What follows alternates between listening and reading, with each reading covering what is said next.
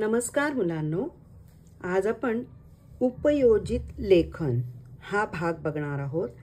त्या भागामध्ये पहिला विभाग अ आहे। यात आहे पत्र लेखन म्हणजेच लेटर रायटिंग। आता या पत्रामध्ये दोन प्रकार असतात, अनौपचारिक पत्र व औपचारिक। अनौपचारिक म्हणजेच इन्फॉर्मल लेटर।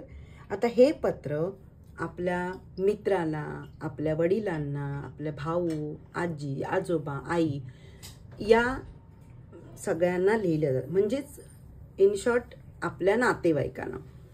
आणि हे पत्र लिहिताना कोणती काळजी घ्यायची ते आता मी तुम्हाला सांगणार आहे।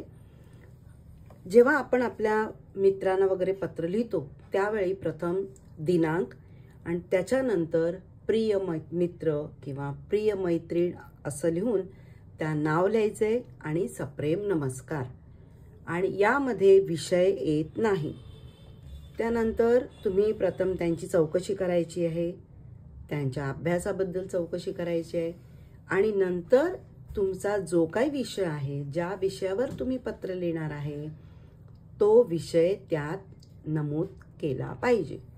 आणि त्यानंतर तुमचा विषय नमूद झाला की मग शेवटी त्या मित्राच्या किंवा मैत्रिणीच्या आई वडिलांना नमस्कार, भावाला आशीर्वाद, आणि सगळ्यात शेवटी लिहायचे तुझा लाडका मित्र किंवा मैत्रीण, तुमचं नाव, तुमचा पत्ता आणि तुमचा ईमेल आयडी।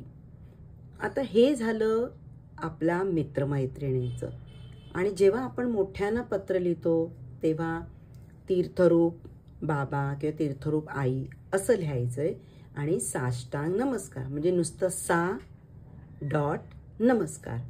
आणि मग पत्र लिहिण्यास कारण की तुमचा काय त्यांची तब्येत पाणी विचारायची आहे, नंतर तुम्ही पत्र का लिहिलं याबद्दल लिहायचंय, आणि तुमचा विषय त्या पॅरेग्राफमध्ये नमूद केला की शेवटी आईला नमस्कार किंवा आजी आजोबांना नमस्कार, छोटू मोठू जो कोणी तुमचा छोटा भाऊ किंवा छोटी बहीण असेल त्यांना तुमचा लाडका आशीर्वाद असं द्यायचंय, आणि आजी असेल तर तुमचा लाडका नातू, किंवा तुमचे वडिलांना तुमचं पत्र लिहित आहात तर तुमचा लाडका मुलगा, तुमचं नाव, तुमचा पत्ता आणि ईमेल आयडी लिहायचं। हे तुमचं पत्र झालं अनौपचारिक म्हणजेच इन्फॉर्मल लेटर।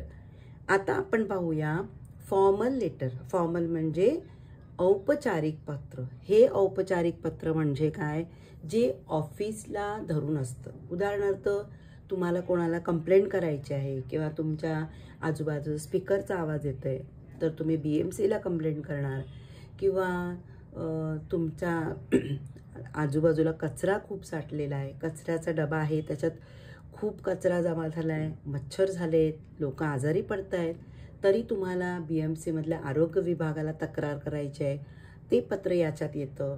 त्यानंतर तुम्हाला काही वस्तू मागवायच्या आहेत दुकानातून किंवा झाडांची रोपं मागवायची आहेत तर हे मागवण्याचं पत्र असतं, हेही याच्यात येतं।